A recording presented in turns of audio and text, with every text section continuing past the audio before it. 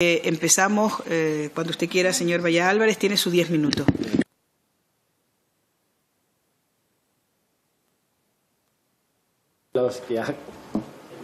Sí, perdón.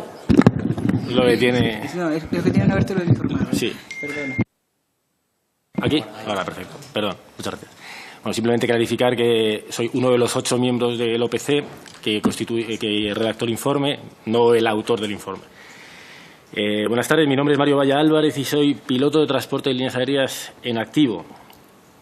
A finales del mes de octubre de 2009 fui citado en los juzgados de Plaza de Castilla para cumplir con el procedimiento exigido por el Juzgado de Instrucción número 11 de la Audiencia Provincial de Madrid para formar parte de un órgano pericial colegiado en la causa instruida por el accidente del avión de Spanair.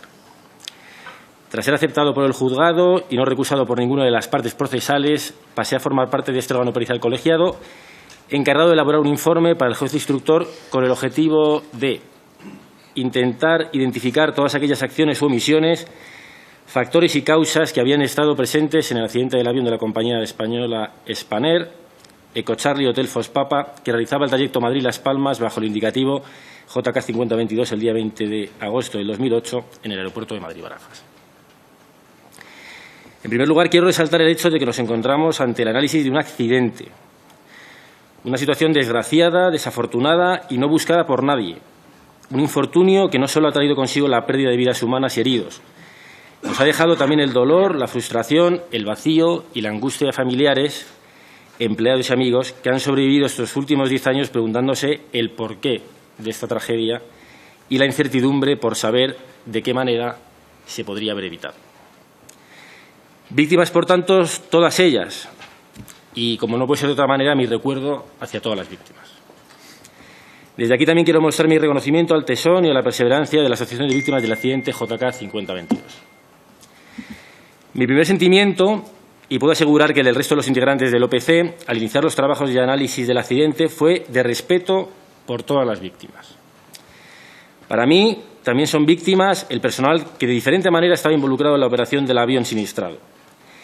Y pesaba en mi conciencia la responsabilidad que las investigaciones se desarrollaran de la manera más objetiva posible, ya que de sus conclusiones podrían derivar acciones judiciales que afectarían de una a otra manera a las víctimas o a su memoria, a las personas y otros entes que, desgraciadamente, tenían relación con el accidente. Desde el primer momento, y para cumplir los objetivos marcados por el juzgado y los propios de objetividad de cada uno de los miembros del OPC, se trabaja con total independencia, libertad, pluralidad. Recordemos que el OPC está formado por 2 ingenieros superiores aeronáuticos, 2 ingenieros técnicos aeronáuticos, 2 técnicos de mantenimiento de aeronaves y 2 pilotos de transporte. Y siempre, vuelvo a repetir, con la máxima objetividad. No existe en la redacción del informe un solo comentario subjetivo, opinión e interpretación personal de ninguno de sus miembros. Todo está redactado y documentado acorde a las evidencias sobre las que se ha trabajado. Manuales del fabricante, manuales de Spanair, normas y regulaciones nacionales e internacionales. Voice recorder, flight data recorder, informe de restos del avión, declaraciones de testigos, pruebas en simulador, ensayos de laboratorio en el INTA, etc. Dicho de otro modo, analizamos lo que sucedió aquel fatídico 20 de agosto con todo aquello que estaba a nuestro alcance y conocimiento, y se estudió y reflejó cómo a nuestro entender sucedieron los hechos y qué factores estuvieron presentes en el accidente.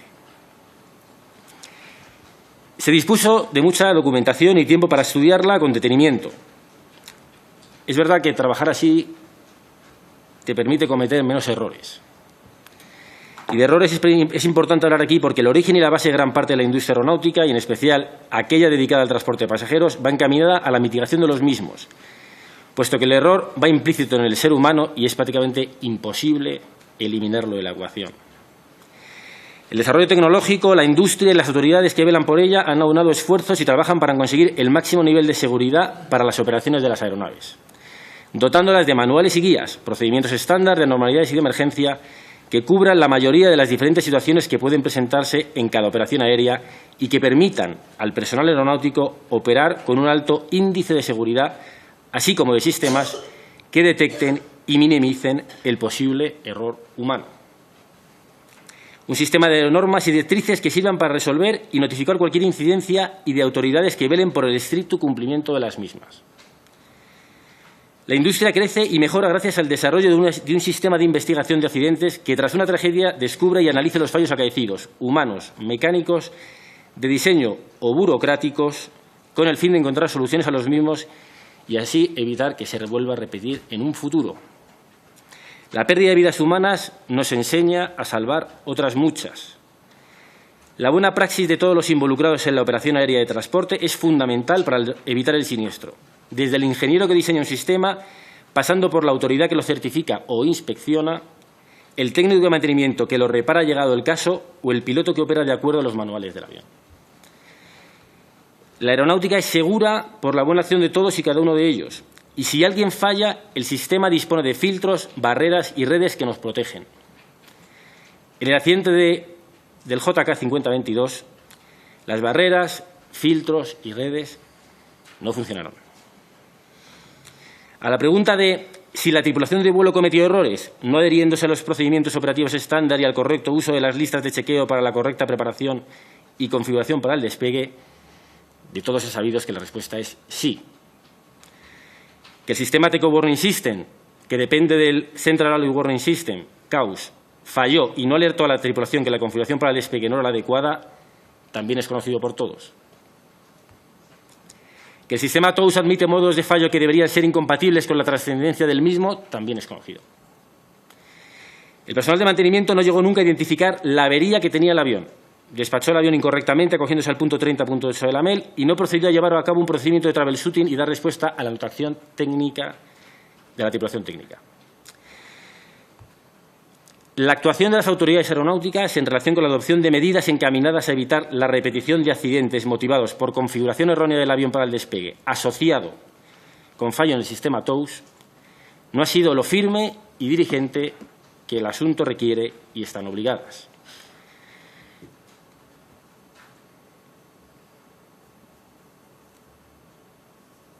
Tras el accidente de Detroit, en nuestra opinión, y atendiendo a su propia definición, una directiva de aeronavegabilidad y el seguimiento de su cumplimiento en los plazos marcados por la ley habría sido más eficiente y necesaria para evitar que la combinación errónea de configuración e inoperatividad del TOWS se volviera a producir. Y de esa manera cumplir con las recomendaciones de la NTSB A8865, A8866, que indicaban, tras el accidente de Detroit, un cambio en el sistema CAWS para permitir que la luz de fallo del sistema se encienda en caso de pérdida de suministro eléctrico y una petición expresa para la FAA para que desarrollase guías para el diseño del CAWS que incluyeran la determinación y criticidad de los avisos que proporcionan y el grado de automonitorización que debían tener esos sistemas y cumplir así con la categorización de sistemas esenciales que debe tener. El Convenio de Chicago, anexo 8, determina que el Estado que ha concedido el certificado tipo tiene la obligación de transmitir cualquier información necesaria para garantizar la aeronavegabilidad y la condición de operación segura. La Ley 14 CFR, parte 39, establece que cuando se conoce una condición de inseguridad y puede afectar a otras aeronaves, hay que emitir una directiva de aeronavegabilidad. Nada más. Quedo a su disposición para cualquier aclaración y muchas gracias por su atención.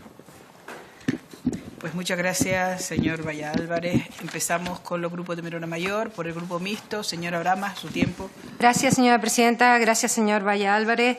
Le voy a hacer pocas preguntas, pero la primera. Usted es piloto y como tal fue elegido para formar parte del órgano pericial colegiado. ¿Podríamos decirnos, por favor, quién era el otro piloto?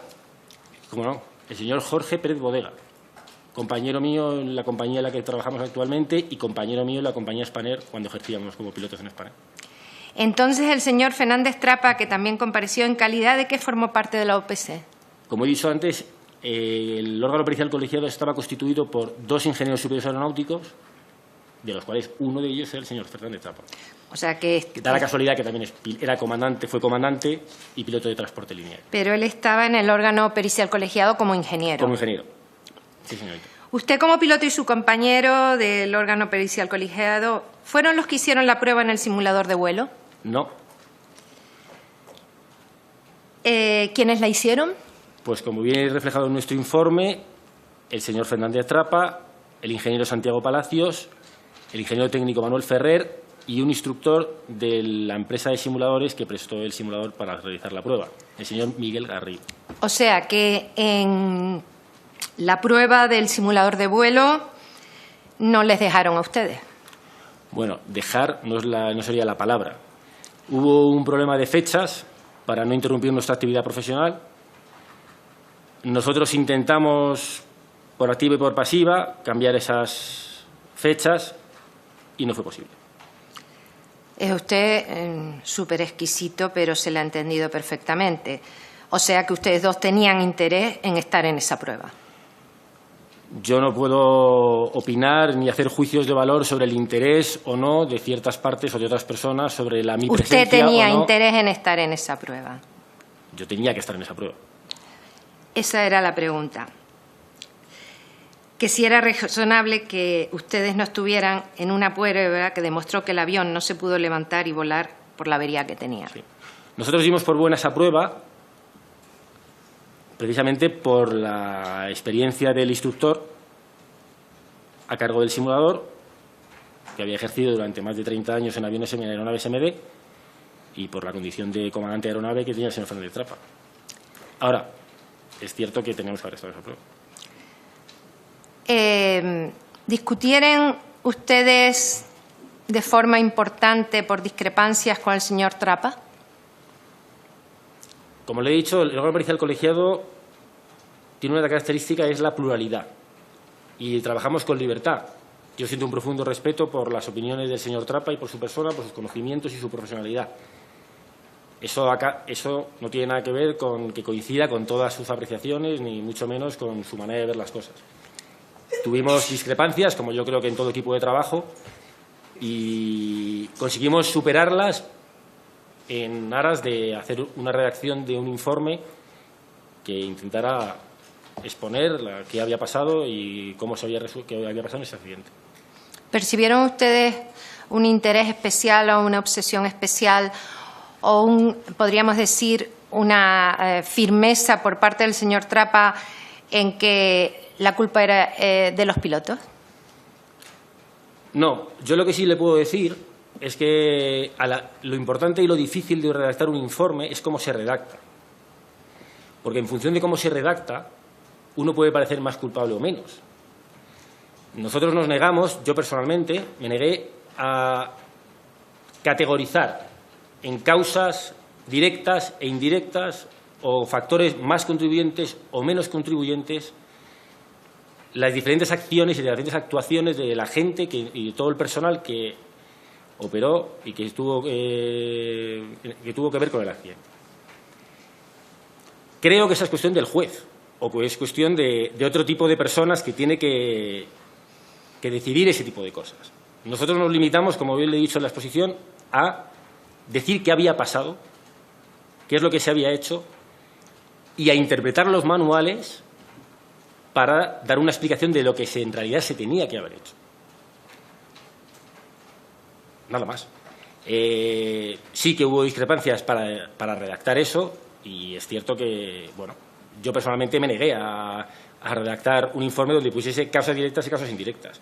Y, de hecho, llegamos a un acuerdo para poner conclusiones, que es lo que hicimos. Y la última pregunta, que va a ser importante y dependiendo de la respuesta que me dé, creo. Aquí se ha debatido por comparecientes distintos la experiencia americana donde no se puede usar los informes de la Comisión de Investigación en las causas judiciales. Está prohibido por ley en Estados Unidos. No es el caso en el caso concreto de España ni otros países y doy por supuesto que con los medios que tiene la justicia española y que contaba la CIAC, pues eran escasos. Así lo han manifestado miembros del órgano pericial colegiado y lo han manifestado miembros de la CIAC. Le pregunto, ¿ustedes usaron como elemento de trabajo el informe de la CIAC? No. ¿En ningún momento tuvieron acceso y leyeron previamente el informe de la CIAC? El informe de la CIAC es posterior al nuestro. Sí, pero lo que me estoy refiriendo, Sí. a determinados informes que tenía la CIAC y que estaban, entre otras cosas, aquí ha declarado, por ejemplo, el secretario de la CIAC, que se reunió múltiples veces con el fiscal y con el juez, dado que los documentos los analizaban y le preguntaban dudas. Entonces, a nosotros, yo le estoy haciendo una pregunta no con trampa, sino con claridad. Sí. Es decir, aquí hace 2 semanas ha dicho: tuve múltiples conversaciones con el juez y con el fiscal, y por mucho que todos los portavoces intentamos ver de qué hablaban, lo único que decía es que ahí estaban los papeles para aclaración de trabajos que ya habíamos hecho nosotros, de pruebas que se habían hecho. Entonces yo le pregunto otra vez, entendiéndome usted lo que le estoy diciendo y lo que dijo el secretario histórico, la única persona que estuvo desde el principio hasta el final en la comisión de investigación. O sea, ustedes no tuvieron ni manejaron oficialmente ni extraoficialmente ninguno de los papeles de la CIAC. No. Le puedo decir más. El sistema en España, el accidente pertenece al juez. No es como en Estados Unidos, que la NTSB es la dueña del accidente, de los restos, de todo, y dispone de toda la información. Cada vez, me imagino que cada vez que el encargado y responsable de la CIAC que necesite para su investigación, hablará con el juez. Pero yo le puedo decir que el órgano pericial colegiado no se reunió más que una sola vez en sede de la CIAC, en la calle Fruela, una sola vez a los 4 meses de la Constitución aproximadamente, del órgano pericial, para intercambiar opiniones, puntos de vista. Pero no información, ni siquiera, porque hasta ese momento ni siquiera estaba el informe previo, el provisional, ese que emiten antes de un año la CIAC. Nada más. A partir de ahí no hubo, al menos por mi parte, no hubo ningún contacto con ningún miembro de la CIAC y no tengo constancia de ninguna reunión. ¿Y por qué se reúne un órgano judicial y pericial en la sede de la CIAC? No, nosotros acudimos a una previa solicitud de una reunión con la CIAC, pero como investigadores para intentar para intentar cotejar información, simplemente como una reunión informal. ¿Pero a solicitud de la CIAC o de ustedes? No, nuestra. ¿Y qué querían ustedes de la CIAC? Pues saber, ¿qué quiere que le diga? 16 ojos ven más que 8. Simplemente. Y entonces ustedes le pidieron información a la CIAC sobre determinados aspectos. No, ninguna información. Entonces, ¿qué es lo que le pedían a la CIAC y por qué fue la reunión en la CIAC? Simplemente un intercambio de opiniones. Se reúnen profesionales que están investigando el mismo accidente y hablamos del tema, nada más. Que la ha reflejado en las actas del informe del órgano pericial colegiado. ¿Y el órgano pericial? Pero no hay ningún intercambio de información entre la CIAC y el órgano pericial colegiado. Pues no entiendo para qué hay una reunión si no hay intercambio de información. ¿Qué tipo o sea, ¿por qué tema en concreto ustedes necesitaban que le facilitara la CIAC y por eso van a una reunión con la CIAC? Pedimos una reunión para... Póngame un ejemplo. Pues, por ejemplo, para hablar de la inoperatividad del TOUS o para hablar de si realmente ellos tenían pruebas fehacientes después del análisis de los restos de que los dividenes de las posiciones de los flaps estaban en posición retraída, si ellos habían identificado algún fallo en la documentación del avión, en algún fallo en los manuales de mantenimiento. O sea, conversaciones de carácter técnico, nada más. Bien. Y para ese informe final ustedes usaron parte de la información, dieron por supuesto que la información que les daba la CIAC de temas que ustedes no habían podido manejar era cierta y lo dieron por supuesto en su informe. Nosotros no hemos utilizado ningún informe de la CIAC, ni parte del informe de la CIAC para elaborar nuestro informe. Vale. Y la última, ¿ustedes tenían medios suficientes para hacer el trabajo?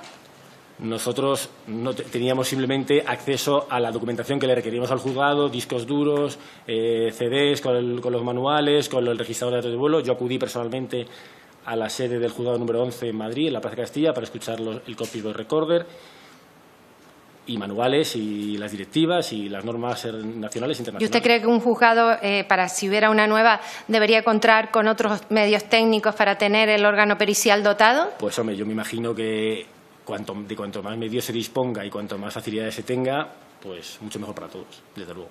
Vale. Muchas gracias, señora presidenta. A usted. Muchas gracias, señora Oramas. Por el Grupo de Esquerra Republicana, señor Olori, su tiempo. Sí, muchas gracias por su comparecencia. Su exposición ha sido clara, yo pienso que nos ayuda después de muchas comparecencias que hemos tenido, ¿no? Algunas son como un déjà vu y otras aún te refuerzan los interrogantes. Sobre todo porque usted ha dicho muy bien, son accidentes.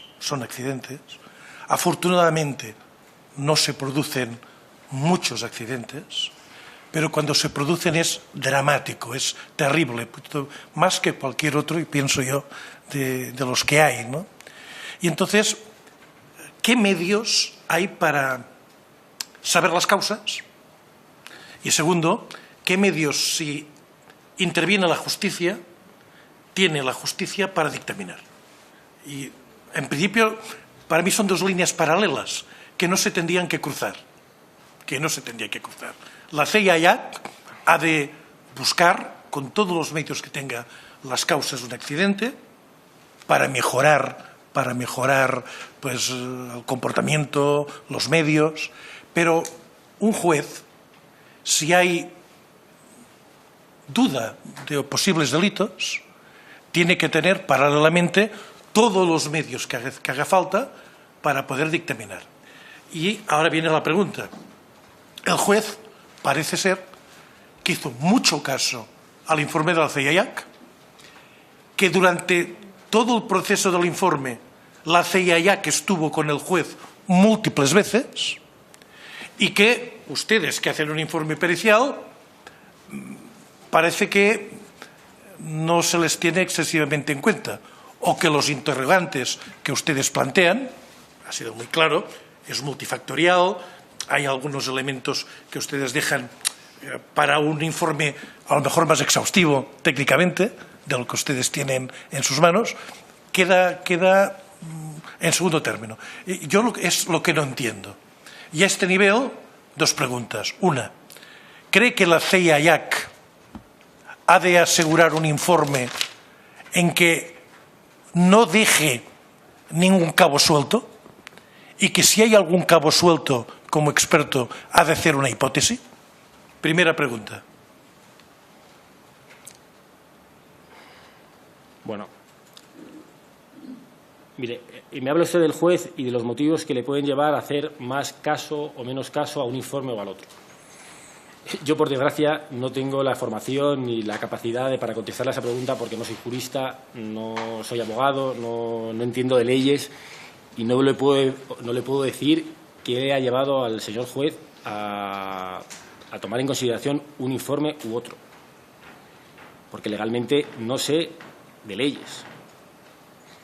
Tenga usted en cuenta que nosotros lo único que hemos hecho es analizar el accidente y presentárselo al juez.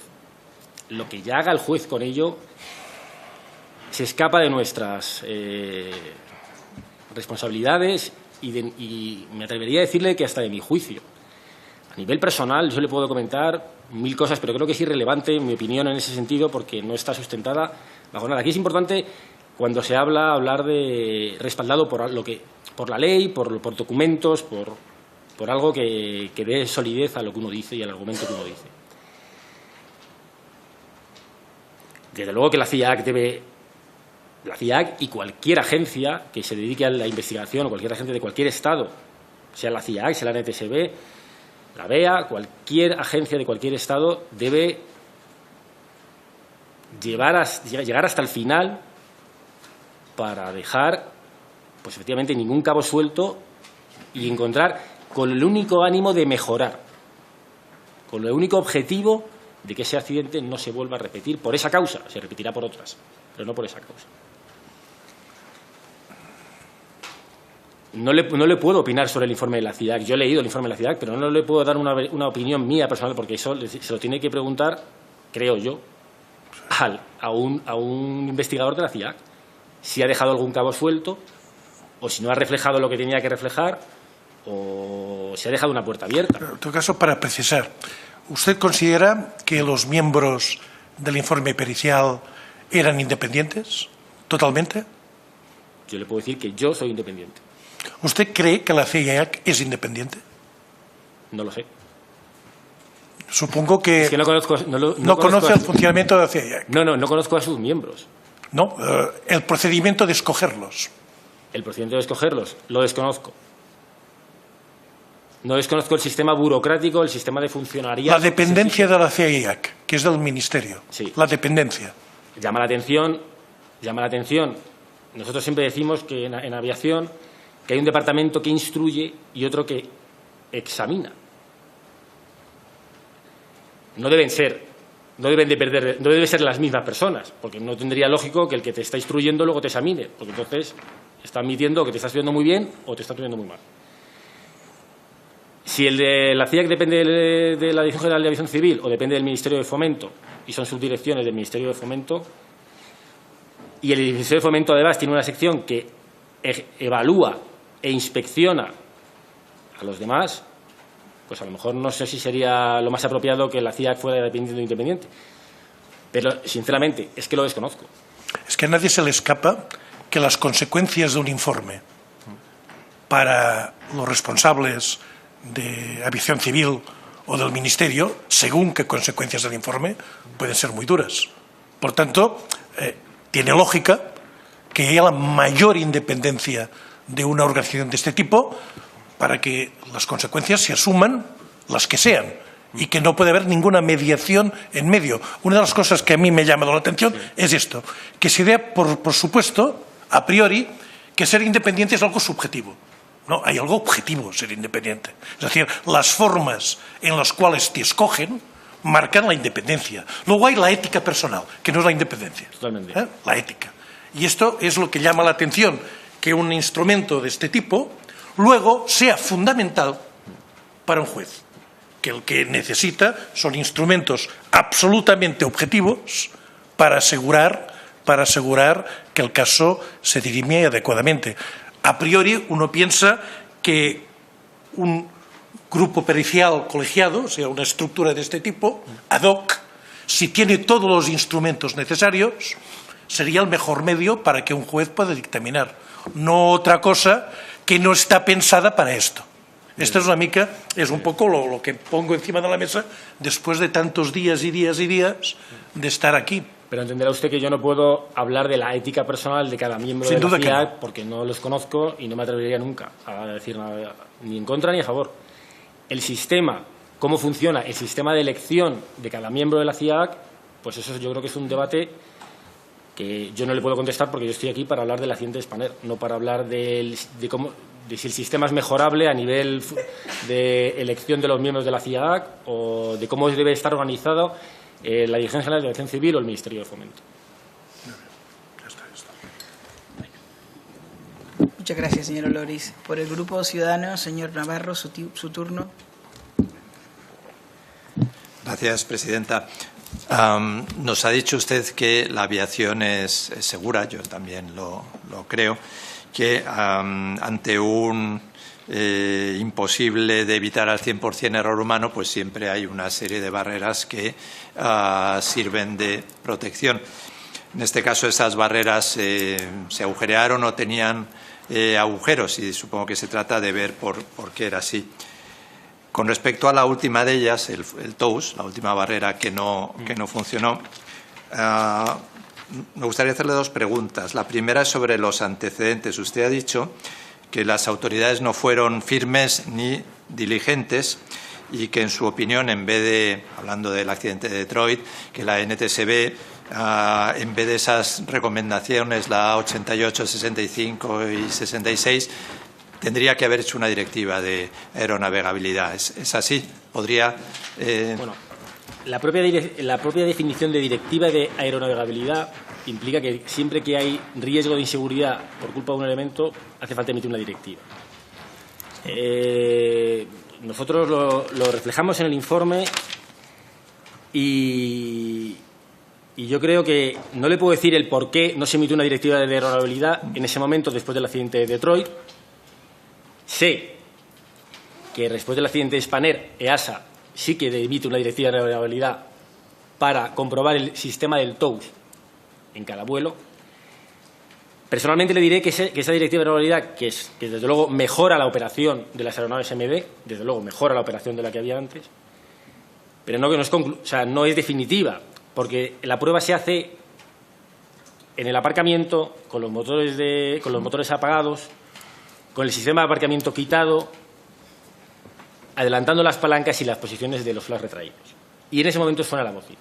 Desde el momento que se pone en marcha hasta el despegue, si en ese momento ocurriera un fallo del sistema, no habría manera de detectarlo.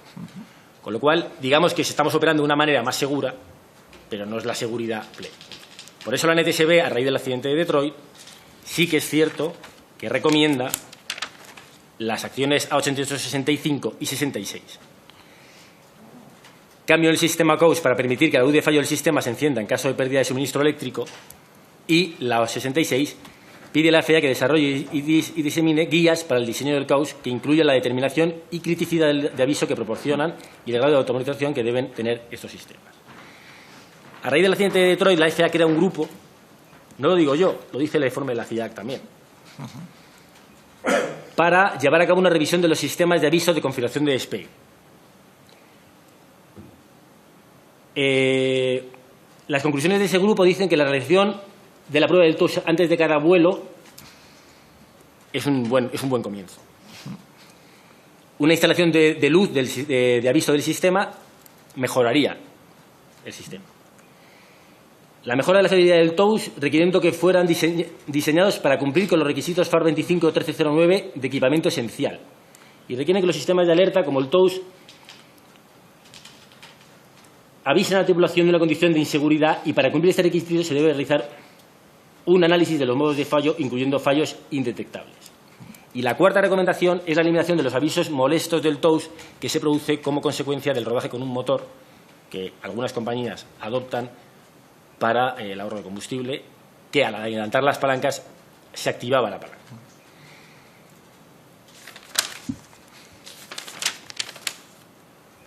Para satisfacer esta última corrección del aviso de que se encendía, sonaba y molestaba a las tripulaciones, sí que se emite una directiva de aeronavegabilidad que obliga a rediseñar el cableado de los microinterruptores del pedestal de palanca de gases para evitar este problema de falsa alarma cuando se está rodando con un solo motor. Esa es la única y la última directiva de aeronavegabilidad de cambio en el funcionamiento y en la estructura del TOUS de la que nosotros al menos tenemos constancia. Para satisfacer el primer punto que le he dicho, que es realizar la prueba del TOUS en cada salto, en cada vuelo, McDonnell Douglas, que es la casa constructora, emite un TELES a todos los operadores de C980, entre los que se encuentra SAS, que como usted bien sabe, SAS es la dueña y la dueña de Spanair en el momento de su creación. En el TELES se recomienda que se modifiquen los chequeos para el TOUS y que se verifiquen cada vuelo.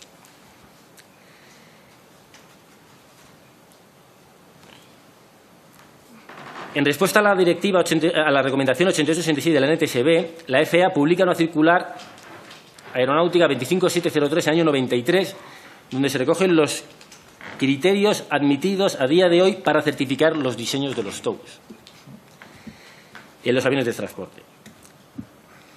De acuerdo con estas guías, los TOUS diseñados con anterioridad no podían considerarse que tuvieran un nivel de seguridad adecuado. Entre ellos, el sistema TOUS de MD, 727, todas esas aeronaves de esa generación. Por tanto, según esas guías,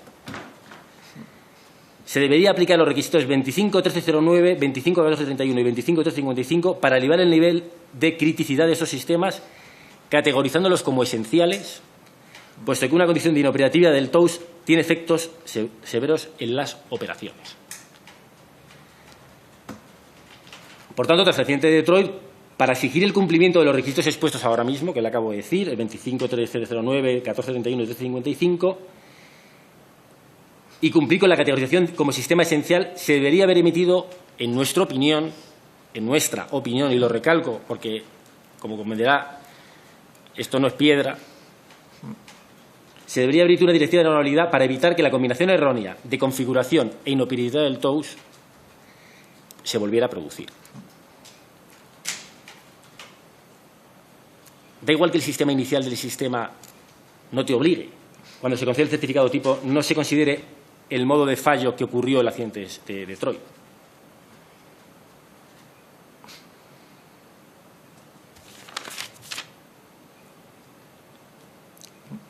¿Por qué es, en nuestra opinión, recomendable emitir una directiva de aeronavegabilidad? Mire, cuando se emite una directiva de aeronavegabilidad, uno dispone de una trazabilidad para la introducción en los manuales y hubiera estado a disposición a cualquier operador, presente y futuro, porque el Telex que manda McDonnell solamente lo manda a las compañías americanas y alguna compañía amiga en esa época. Como les he comentado, a SAS le manda el Telex.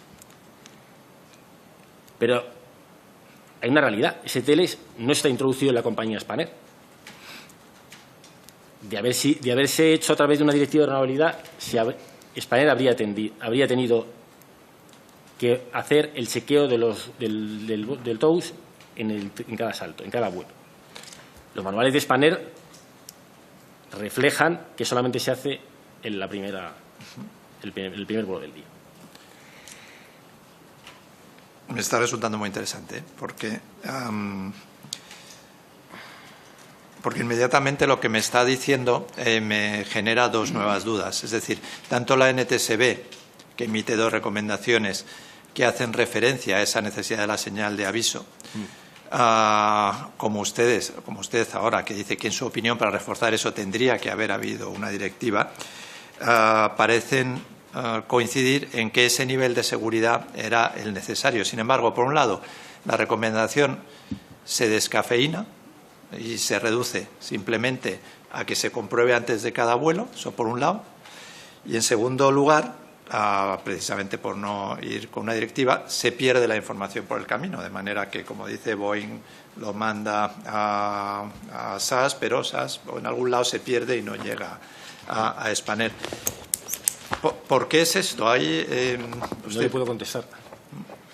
No le puedo contestar, eso tendría que preguntar a la FAA o a la NTSB. Yo no le puedo decir por qué no se ha emitido una directiva de aeronavegabilidad. Lo que sí le puedo decir es que el órgano pericial colegiado llega a la conclusión de que después del accidente de Detroit y después del accidente de Detroit con víctimas mortales,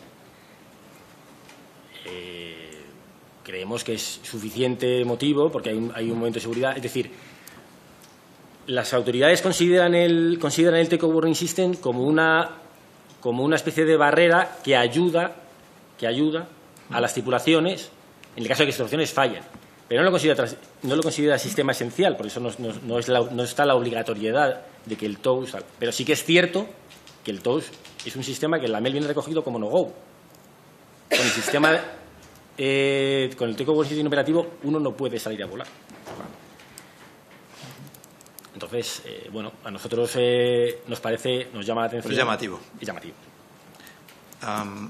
Si me permite una última pregunta, ya sé que igual voy pasado de tiempo, pero es también referido a lo mismo.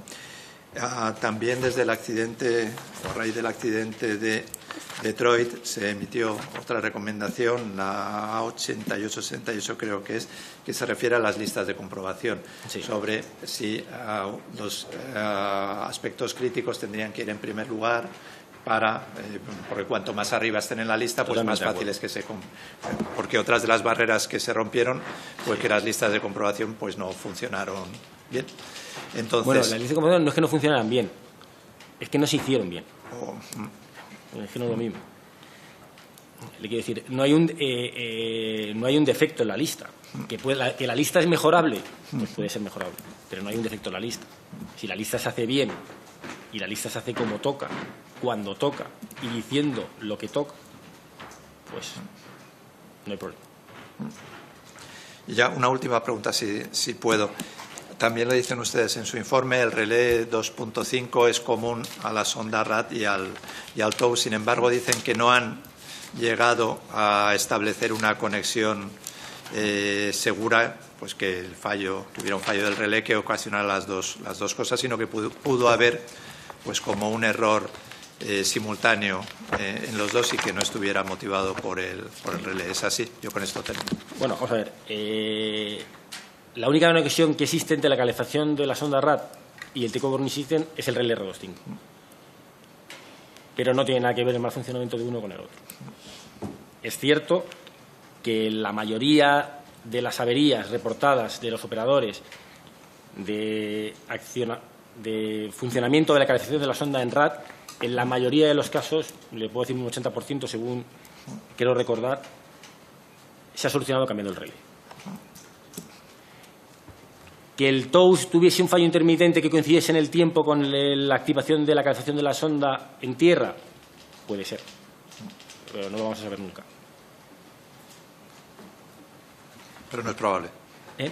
Pero es poco probable que coincidieran dos errores. Las pruebas que se hicieron en el INTA del relé, con peritos de todas las partes implicadas en el proceso judicial y de profesionales de altísimo nivel del INTA, demostraron que el relé funcionaba correctamente y que incluso se hicieron pruebas para determinar si había habido algún fallo individual de los contactos C2, C1 de la calefacción de la RAD. No. Muy bien, pues muchísimas gracias. Muchas gracias, señor Navarro. Por el Grupo Confederal Unidos Podemos con Podemos Marea, el señor Vila tiene su tiempo. Gracias, presidenta. Buenas tardes. Buenas tardes. Muchas gracias, señor Vallá, por la comparecencia, por estar aquí hoy. Ya han hecho muchas preguntas de las que tenía preparadas, o sea que creo que voy a ser breve. Creo. Usted ya ha dicho, y lo dicen todos los informes y todos los comparecientes que han pasado por aquí, que el TOWS no sonó cuando la tripulación, digamos, activó las palancas para iniciar el despegue. Yo lo que le pregunto es, si el TOWS hubiera sonado, ¿el accidente se hubiera producido? No.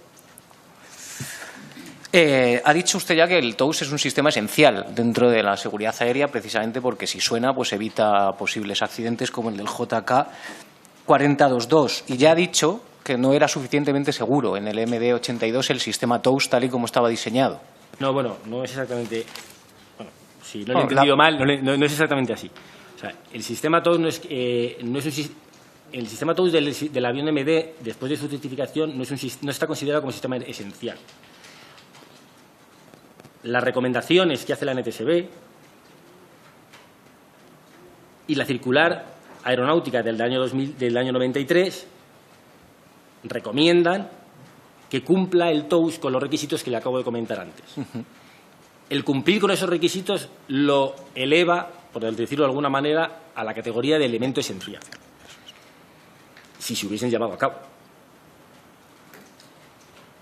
La única directiva de aeronavegabilidad que tenemos de modificación del sistema es la que le he comentado para el caso de rodaje con un motor para que no suene la alarma. Y se dio por válido en su momento el telex que McDonnell Douglas envía a las compañías para revisar el sistema TOWS en cada sala. Que ese telex, esa revisión, digamos, antes de cada vuelo, como usted mismo ha dicho, no es suficiente para garantizar la seguridad, no, como por ejemplo, sí.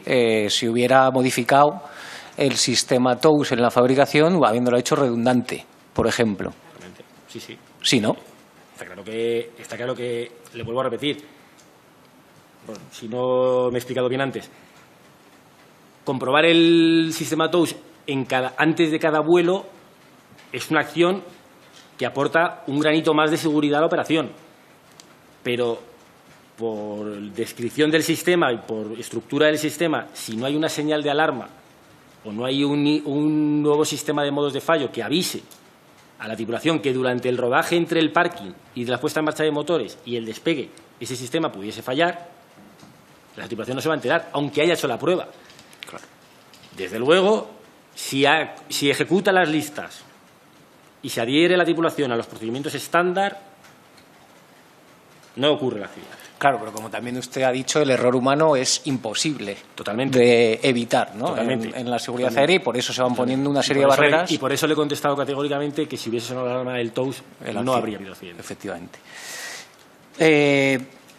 ¿Considera que la documentación de mantenimiento del avión, la MEL concretamente, que es la que utilizaron los TMAs en principio, era clara en relación a cómo se debía actuar con un fallo de la sonda RAD en tierra?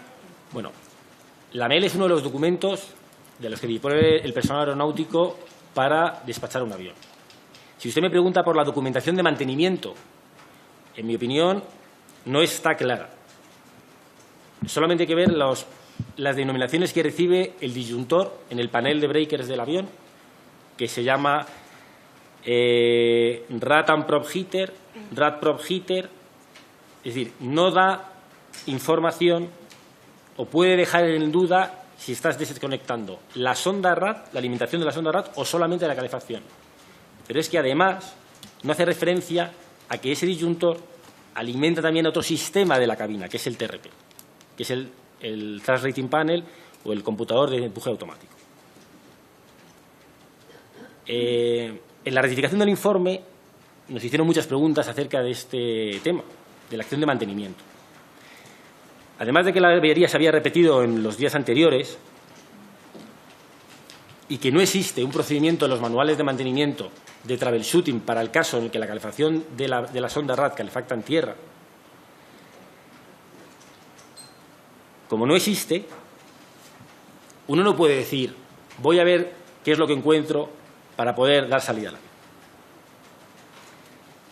Tiene que coger el diagrama de cableado y los manuales de mantenimiento para saber, primero, si existe el procedimiento de troubleshooting, que no existe, para intentar averiguar qué es lo que está pasando en el avión. Porque esto es como si yo le digo a usted que va al médico porque tiene fiebre y el médico le receta un paracetamol. Le bajará la fiebre, pero no le está curando el motivo que causa la fiebre. La tripulación anota un síntoma. Los sistemas están interrelacionados y las averías están ocultas y se manifiestan en alguno de los sistemas.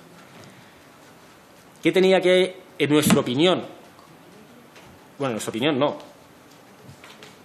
Está claro que el punto 30.8 de la AMEL está mal aplicado, porque ese punto de la AMEL se refiere a cuando la calefacción no calefacta en vuelo, no cuando la calefacción calefacta en tierra. Que cuando la calefacción calefacta en tierra no había absolutamente nada. No hay nada. Y este manual lo aprueba la Dirección General de Aviación Civil. Bueno, la AMEL está aprobada por el fabricante, y por la autoridad. Y por la autoridad y por todo el mundo. Sí. Aparte le digo, en el punto 30.8 de la AMEL no indica, en todos los puntos de la AMEL se indica un procedimiento de mantenimiento y un procedimiento operativo, o uno de los dos, o ambos, o ninguno. En este caso no hay ninguno. No había que haber sacado ningún breaker, ningún disyuntor. De acuerdo. Y bueno, ya ha contestado un poco, pero son varias preguntas que tenía en una misma, y es, dada la historia de los accidentes graves y los incidentes producidos por una configuración inadecuada de despegue y el fallo del TOWS, la primera era, ¿considera que las autoridades aeronáuticas, desde la FAA americana, pasando por EASA y la Dirección General de Aviación Civil Española y el fabricante, habían tomado las medidas necesarias para atajar el problema? Usted ya ha contestado que no, o por lo menos no lo suficientemente contundentes, ¿no? Bueno, con esto que hablábamos. Nosotros lo que decimos, y lo expresamos en el informe, es que para nosotros hubiera sido recomendable acometer la vigilancia de este problema a través de una directiva de aeronavegabilidad. Ahí voy, con eso iba. La directiva, que en principio la debería de haber emitido después del accidente del 83 de Detroit, la FAA americana. Ese hecho de que la inacción o la negligencia, llámala como quieras, de la FAA americana exime a la autoridad española de su responsabilidad con respecto a haber vigilado y puesto las medidas necesarias para garantizar un sistema seguro, un take-off warning system que, si no funciona, avise a la tripulación. A ver, el Estado que ha concedido el certificado tipo, en este caso Estados Unidos, es el responsable de comunicar cualquier información que garantice la aeronavegabilidad. Pero es importante tener en cuenta que la responsabilidad de la vigilancia y conocimiento del estado de aeronavegabilidad recae en el estado de matrícula de la aeronave.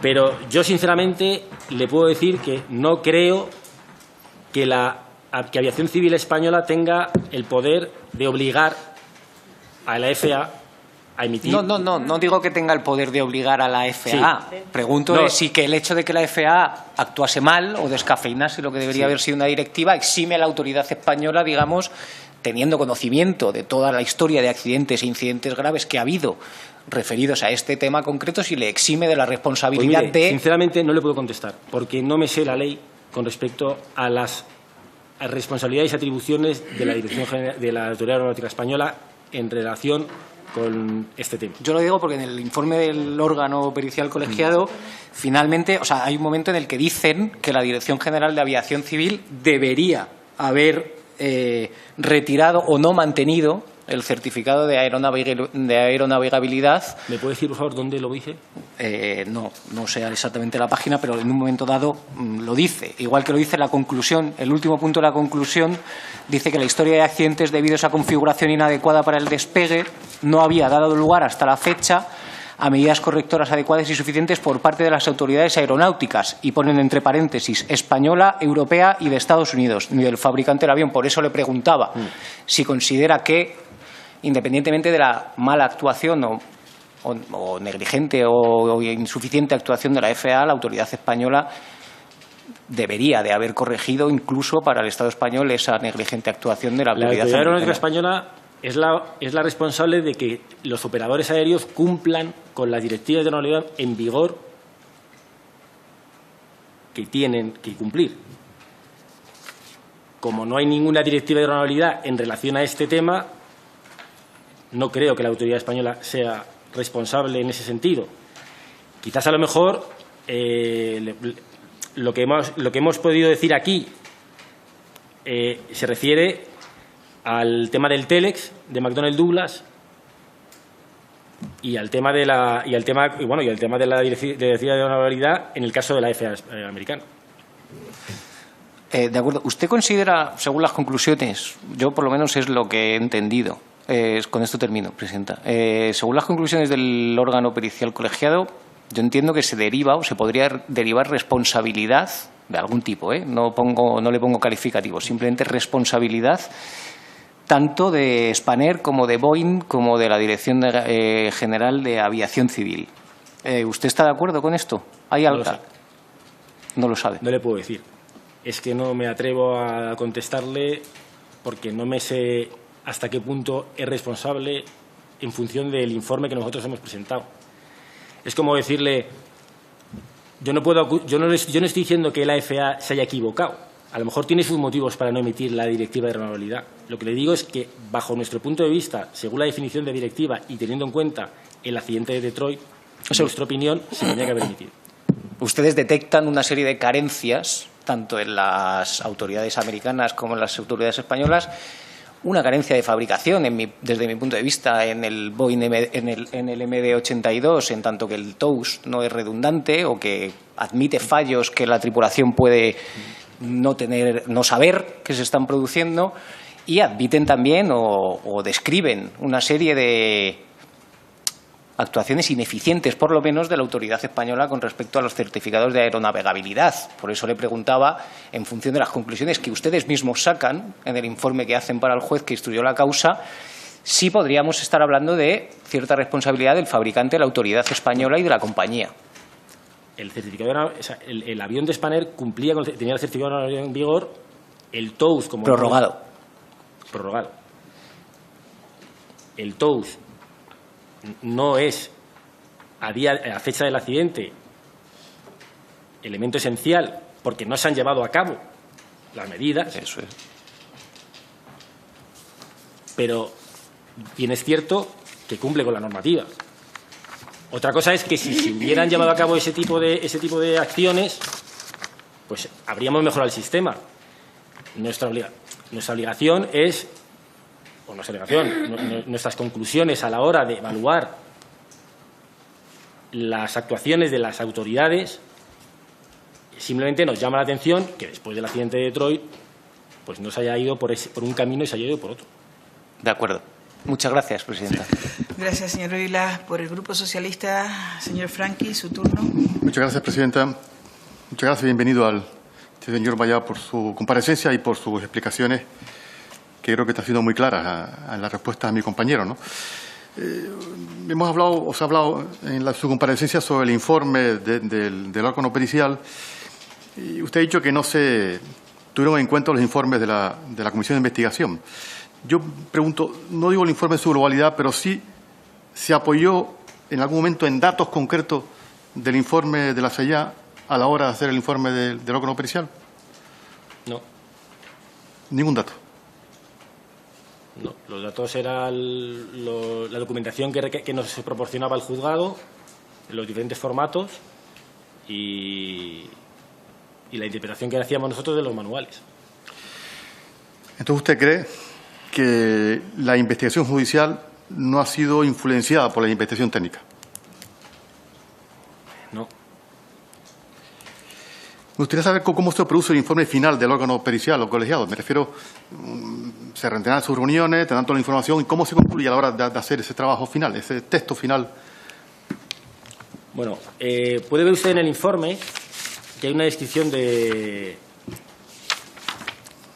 trabajo que se va realizando en las diferentes sesiones. Hay un trabajo individual en casa de cada uno y hay un trabajo común en las diferentes reuniones que tuvimos que realizar. Como le he comentado antes a su compañera, todas las conclusiones y todas las investigaciones que se hallen se comentan, se analizan y se estudian. Se comparan con el manual y se van reflejando en una especie de descripción de comentarios del OPC, acciones y conclusiones. La parte complicada es redactar el informe, no se lo voy a negar. Y como le he dicho a su compañera, tuvimos ese tipo de discrepancia a la hora de la redacción del informe y la principal fue el determinar causas directas, indirectas o factores contribuyentes. Y al final se llegó a un acuerdo, como no podía ser de otra manera. Es lo que le voy a decir. ¿Cómo se recoge esas discrepancias de los miembros de la comisión en el documento final del informe? Pues se recoge por un tema de que la mayoría de sus miembros opina de una manera y una minoría opina de otra. O sea, que entonces se hace constancia en el informe las discrepancias que han habido en cada asunto. No se hace constancia en el informe porque yo creo que en todo equipo de trabajo hay discrepancias. Imagino que ustedes también tendrán discrepancias, aunque pertenezcan al mismo partido. Usted lógicamente contará la sentencia de la Audiencia Provincial de Madrid en respecto a la siguiente, ¿no? ¿La comparte? ¿Cómo dice? ¿Conocerá la sentencia de la Audiencia Provincial de Madrid respecto a la siguiente? Si usted la comparte, su opinión personal. La sentencia se refiere a que no ha habido juicio. Sí, bueno, sí. Y al que... el auto. El auto. No es que ni la comparta ni no la comparto. Es que lo vuelvo a repetir. Yo es que no soy quien para evaluar la decisión de un juez que me parece, y además se lo puedo comentar, o sea, me parece un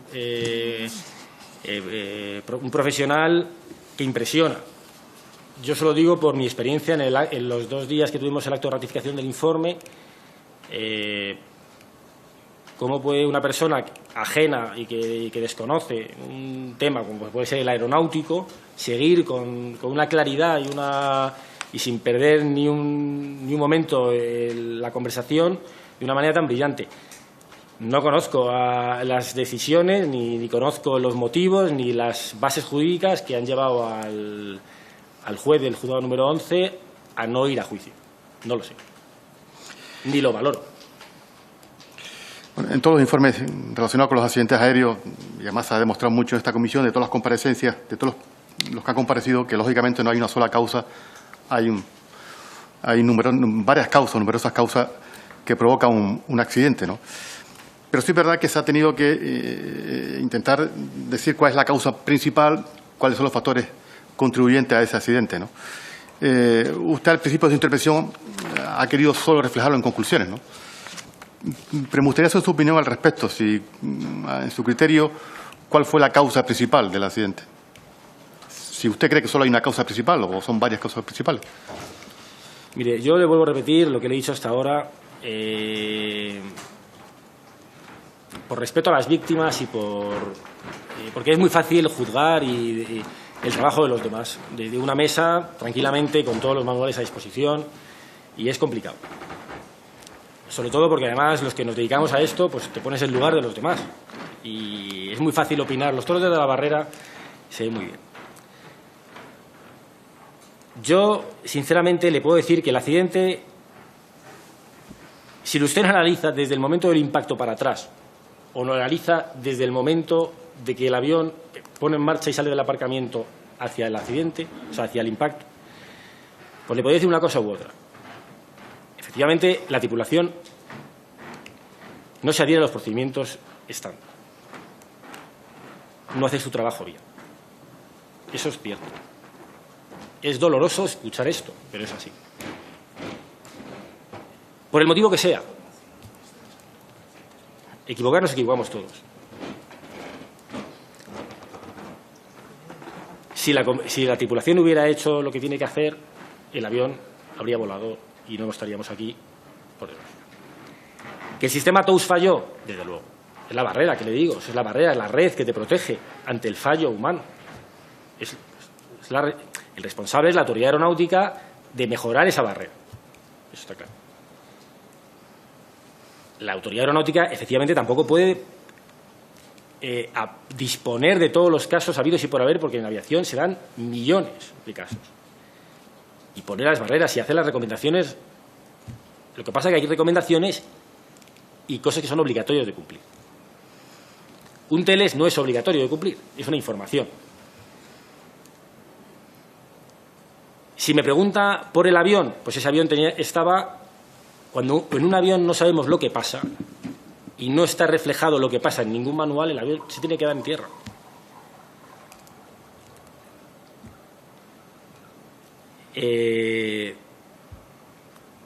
Es la realidad.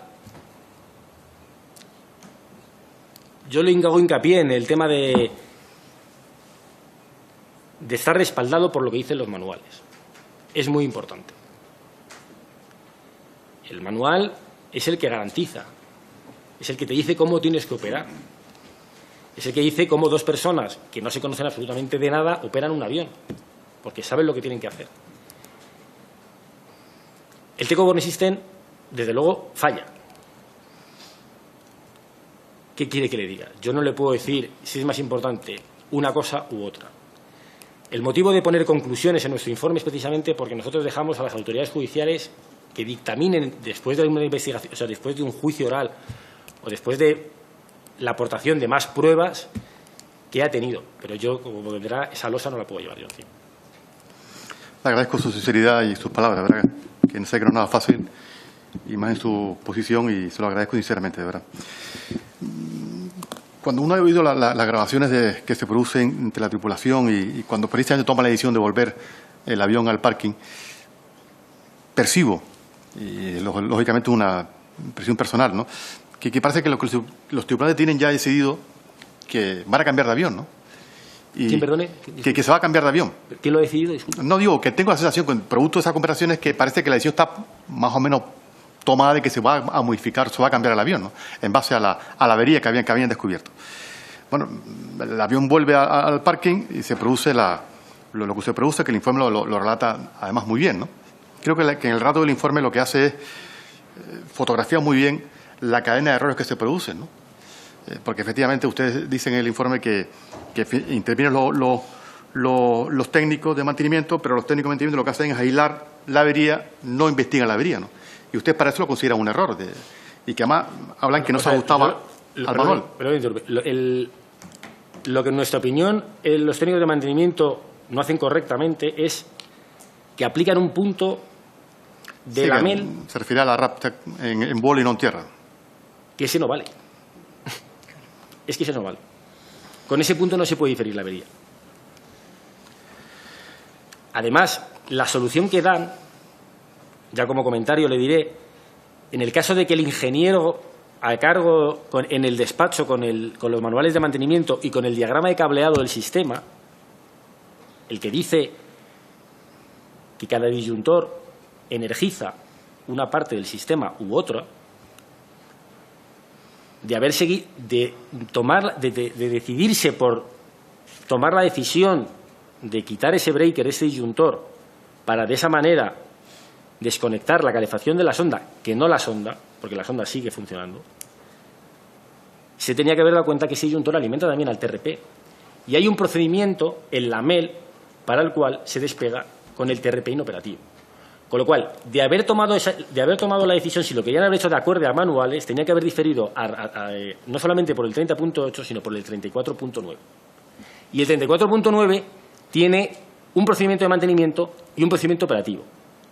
Y de eso se informa a la tripulación, porque la tripulación tiene que hacer su procedimiento. que en el caso del punto 34.9 consiste en hacer un despegue sin el computador automático de empuje, con lo cual uno tiene que calcular de forma manual las potencias de despegue, las potencias de frustrada y las potencias de crucero máximas. Y además te dice que no puedes utilizar el autothrottle, el sistema de empujes automáticos, en despegue. Con lo cual, y ya esto ya se lo digo como comentario personal, en las grabaciones del CVR se aprecia varias interrogantes acerca de si entrará el autothrottle o no entrará el autothrottle, si podremos utilizar, si podemos hacer un despegue flexible o no podemos hacer un despegue flexible. De haberse informado a través del punto 34.9, quizás a lo mejor esas dudas no habrían estado en la mente de los tripulantes, lo cual no significa que esas dudas hayan llevado al accidente, por favor. Eso es justo lo que le iba a preguntar, porque precisamente por la desconexión del disyuntor, ¿no?, del Z29, ¿no? ¿Usted cree que esa desconexión introdujo nuevos factores de riesgo en la operación? Porque yo comparto con usted, oyendo las grabaciones, que efectivamente se producen, he contado hasta 5 menciones del copiloto diciendo que si se arrancaba los motores en modo manual. ¿Qué se le pasa por la cabeza a una persona que no sea yo? Para empezar. No sé si introduce o no introduce. Lo que sí le puedo decir, y además lo dije en el informe de ratificación del informe, es que en aviación todo el mundo tiene que saber lo que ocurre. Aunque algo no funcione, aunque un sistema esté inoperativo, tanto mantenimiento como el comandante del avión y la tripulación técnica deben de saber que eso está inoperativo. Si uno opera con un avión sin saber qué tiene el avión, qué le pasa al avión, o tiene dudas acerca de qué sistemas funcionan y cuáles no se están haciendo bien las cosas. ¿Pero usted cree que eso produjo preocupación en la tripulación? Tiene que ir terminando, señor Franqui. No le puedo decir. Yo le he dicho, no le queda y tiempo, creo que además me he extralimitado porque he interpretado sí. las grabaciones del CVR, pero más que nada porque ellos reconocen que tienen dudas acerca del funcionamiento del autothrottle y de si van a poder hacer un despegue flexible. No se lo decía y acabo. Era porque aquí hemos hablado mucho de comparar el accidente de Lanzarote con el accidente de Madrid, ¿no? Efectivamente, las causas fueron más o menos parecidas, aunque el no funcionamiento del TOW no tiene nada que ver. No es exactamente igual. Exacto. Sí. Pero efectivamente el comportamiento de los pilotos, ¿no?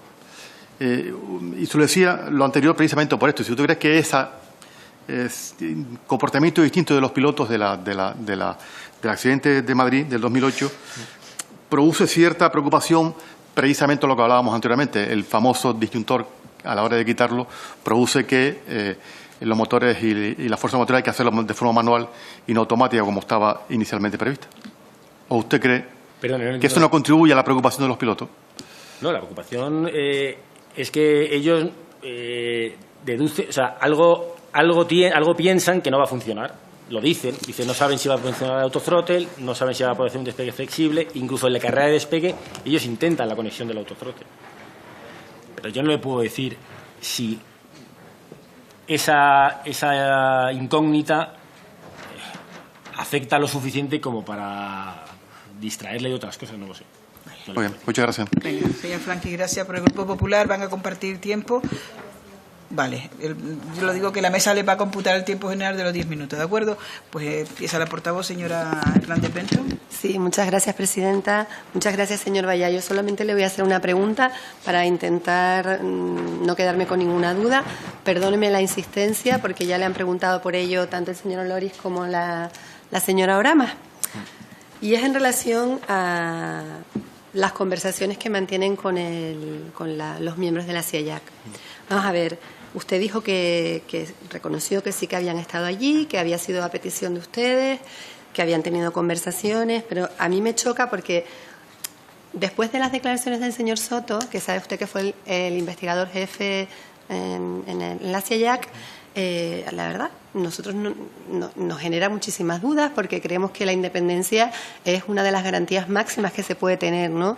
Y bueno, pues nos choca que nos diga que había hablado tantas veces por teléfono con el juez. Y yo, antes de venir, pues tuve... el informe es brutal, o sea, son casi 600 hojas, pero yo me quise centrar en la relación con la CIAC y lo busqué. Y entonces, en el anexo 6.215, el ítem 15... ¿Me puede usted decir la página, por favor? Sí, 562. Dice, conversaciones e intercambios con miembros de la CIAC. Siguiente hoja, la 563, y pone, yo se la dejo si quiere, intencionadamente en blanco.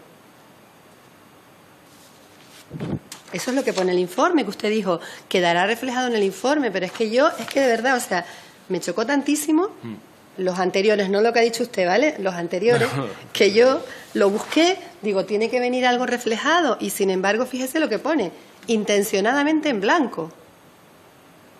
¿Y esto qué quiere decir? No le puedo contestar. Intencionadamente en blanco. Lo que sí le puedo decir es que la única reunión... Si no le digo... Le creo, ¿eh? No. Yo le creo. Pero lo que no entiendo entonces es que... Las conversaciones del señor Soto con el juez instructor, yo las desconozco. Vale, no importa. Pero yo lo único que le pregunto como miembro del órgano pericial es que, si quiere se lo dejo. Sí, no, si lo tengo yo aquí. Por eso, intencionadamente en blanco, ¿qué quiere decir eso? Pues mire, ahora mismo no le puedo contestar. Como le podría... ¿Ya? También dice restos del avión intencionadamente en blanco. Pero, o sea, está claro que alguna intención tiene, porque lo dice intencionadamente, en blanco. Bueno, porque o sea, no hay nada. Yo puedo interpretar, yo me atrevo a interpretar, que no hay conversaciones, que no hay intercambios, pero no ponen en el folio. En el folio debería de poner, según mi interpretación, pues no ha habido ningún tipo de contacto, no ha habido intercambio, pero no pone eso. Sí.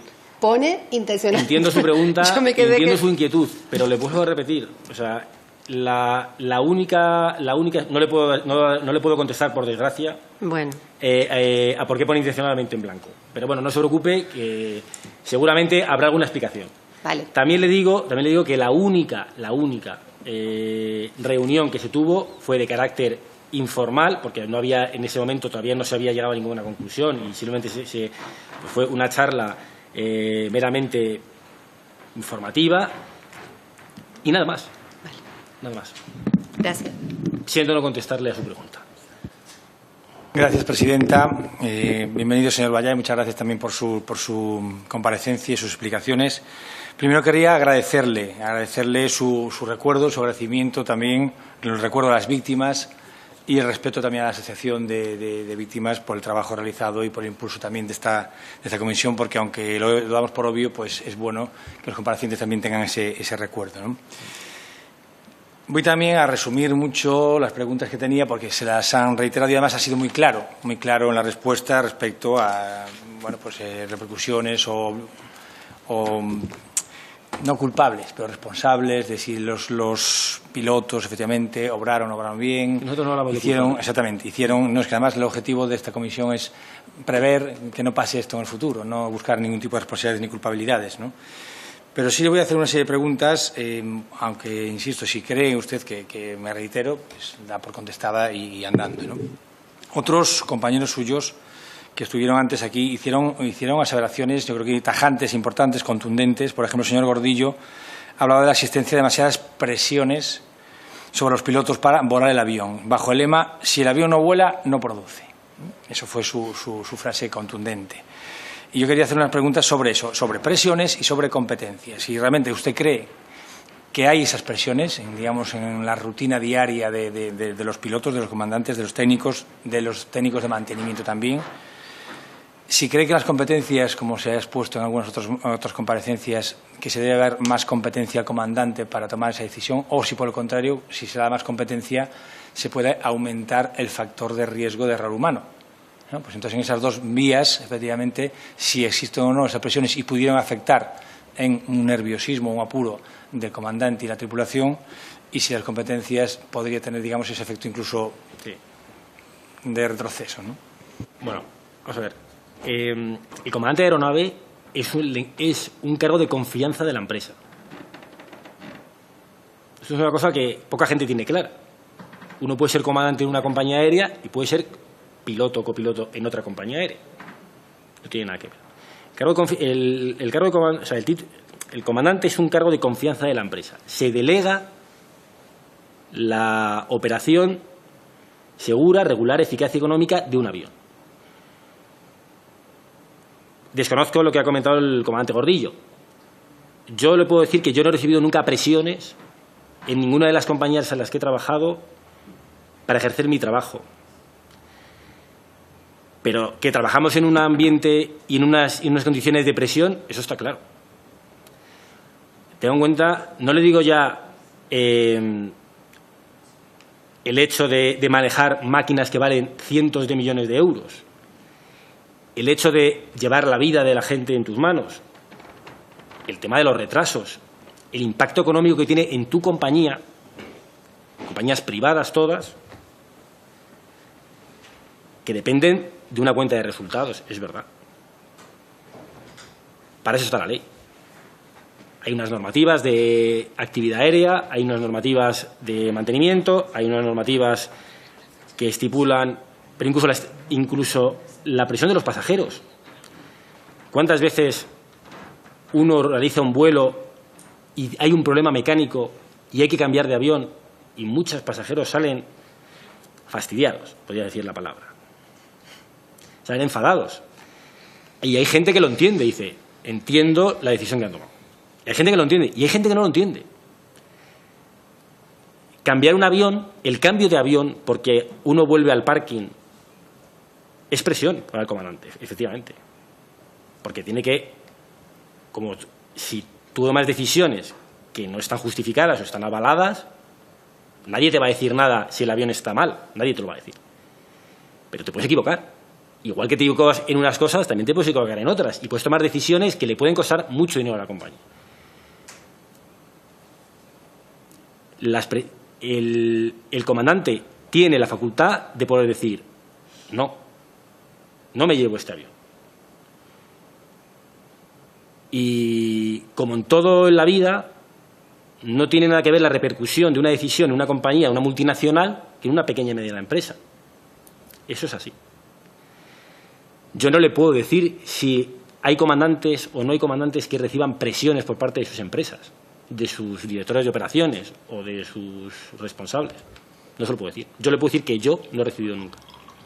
Cuando he tomado la decisión de suspender mi actividad aérea porque estaba próxima o porque habían acontecido una serie de cosas que pueden llevar a que yo no esté dentro de los límites que marca la ley, he abandonado el servicio y nadie me ha dicho nada.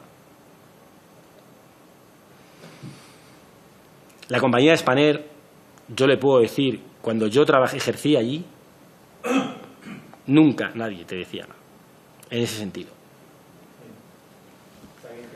Incidiendo un poco en ese tema, con otras aseveraciones de otro compareciente, el señor Fernández Trapa, del que ya se ha hablado un poco aquí. Le voy a decir una serie de frases, pero no vamos a hablar sobre estas frases, sino que un poco como introducción a la pregunta, ¿no? La tripulación se saltó los protocolos, no comprobaron hasta en 3 ocasiones los flaps y los slats, el piloto, entrecomillado, tenía prisa por despegar y no hicieron el chequeo de las listas de comprobación. Esto también lo manifestó el señor Martínez de Velasco. La pregunta es, ¿usted cree, porque hoy el señor Martínez de Velasco dijo como una posible recomendación respecto a los copilotos, que quizás deberían tener más experiencia, más horas de vuelo cuando, bueno, pues para volar y para tripular? ¿Cree que puede ser una de las causas, o hay actualmente una falta de formación en los pilotos o de experiencia, pilotos, comandantes, copilotos? Bueno, el señor Martínez de Velasco ha sido presidente de SEPLA durante años. Él tiene un conocimiento y una experiencia respecto a qué ocurre en las escuelas de aviación y la normativa con respecto a los requisitos que uno debe tener para acceder al puesto de pilotaje de un avión de transporte aéreo. No digo nada nuevo si comento que cuanto más experiencia mejor, desde luego. Desde luego. Ahora, si un piloto cumple con la ley, tiene las licencias en vigor, los requisitos, y es seleccionado en un proceso de selección por una compañía aérea, pues, bueno, supera las pruebas de pericia y supera los requisitos, porque a nosotros nos evalúan cada 6 meses. La licencia se renueva, no se da de por vida. Desde luego la experiencia es un grado.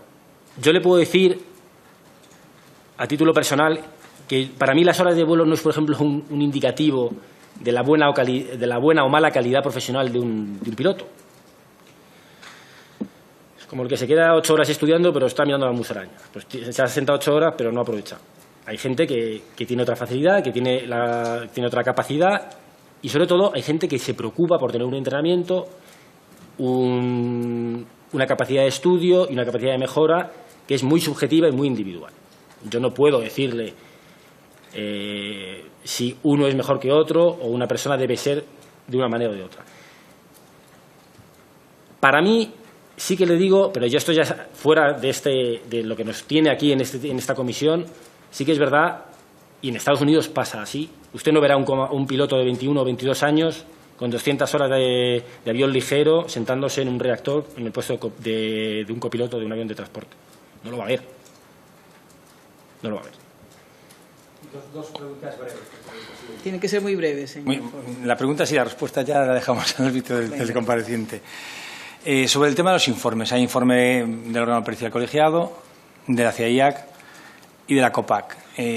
La CIAIAC concluye que no se determina la causa del fallo del TOUS. La COPAC es un informe del informe, tampoco, y el órgano pericial colegiado tampoco lo deja muy claro.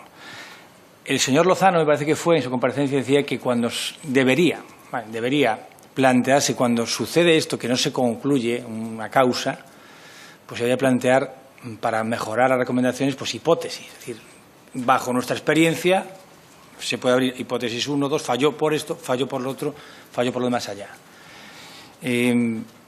¿No cree que debería realmente, no le parece extraño que después de todos esos expertos informando se quede con una conclusión de decir no sabemos nada? Es su última pregunta, señor Pole. Sí, y la otra es que me preocupó. Hasta ahora había muchas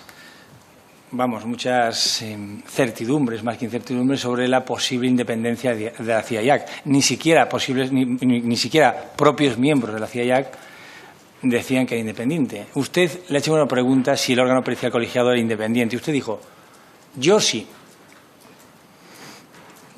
A mí la respuesta me da a entender que los otros no. ¿No? ¿O me cabe duda? ¿Tiene usted alguna duda de que el órgano pericial colegiado se ha nombrado de forma independiente en su situación? A lo largo de mi intervención. Y perdónela. No, por favor.